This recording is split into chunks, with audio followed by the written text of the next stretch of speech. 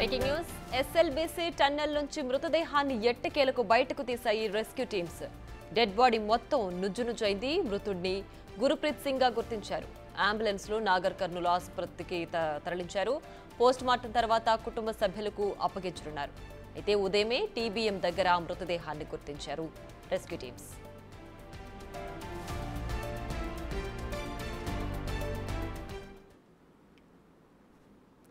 ఇక మరింత సమాచారాన్ని మా ప్రతినిధి శంకర్ ఫోన్ లైన్ లో అందించడానికి సిద్ధంగా ఉన్నారు. శంకర్, చెప్పండి, మొత్తానికి ఎస్ఎల్బీసీ టన్నెల్ వద్ద గుర్తించిన మృతదేహం గురుప్రీత్ సింగ్ నిర్ధారించారు కదా, ఏంటి దీనికి సంబంధించి డీటెయిల్స్? ప్రియా, ఈ 16వ రోజు రెస్క్యూ ఆపరేషన్ లో ఖచ్చితంగా ఒక పురోగతి సాధించినటువంటి పరిస్థితి ఎస్ఎల్బీసీ టన్నెల్ దగ్గర కనిపిస్తుంది. ముఖ్యంగా నిన్న ఏదైతే లోపల మార్కింగ్ చేసినటువంటి ప్రాంతాల్లో తవ్వకాలు జరపగా ఈ రోజు ఉదయం కూడా అక్కడ ఒక వ్యక్తికి సంబంధించినటువంటి మృతదేహానికి సంబంధించినటువంటి చెయ్యి, కాలు ఈ రెండు కూడా కనిపించాయి. అక్కడే కూడా పూర్తిగా తవ్వకాలను చేశారు. ఇది చాలా జాగ్రత్తగా ఈ మృతదేహాన్ని వెలికితేటకైతే అక్కడ పూర్తిగా పూడికతీత పనులు అనేది ఉదయం నుంచి కూడా కొనసాగాయి. అంటే మొత్తంగా ఇప్పుడిప్పుడే ఒక డెడ్ బాడీని గుర్తించడంతో పాటు ఆ డెడ్ బాడీని కూడా టన్నెల్ నుంచి బయటికి తీసుకొచ్చి అంబులెన్స్ లో నాగర్ కర్నూలు ప్రభుత్వ ఆసుపత్రికి తరలిస్తున్న దృశ్యాలను మనము బిగ్ టీవీ స్క్రీన్ మీద చూడవచ్చు.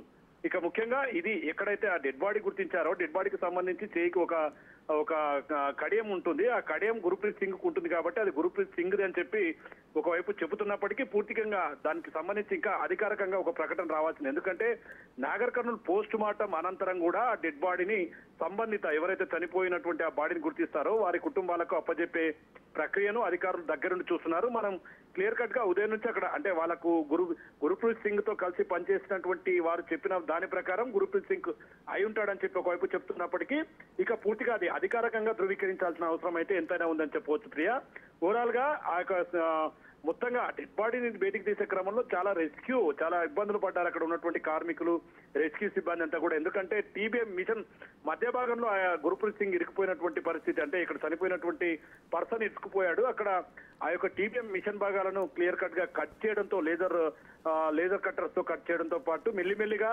డెడ్ బాడీని ఎక్కడ కూడా అంటే అది బాగా డీకంపోజ్ అవడంతోన త్వరగా తీస్తే డెడ్ బాడీకి సంబంధించినటువంటి పార్ట్స్ అన్ని కూడా చెల్లాచెదురు అవుతాయి. ఈ క్రమంలో చాలా జాగ్రత్తగా వివరించారు.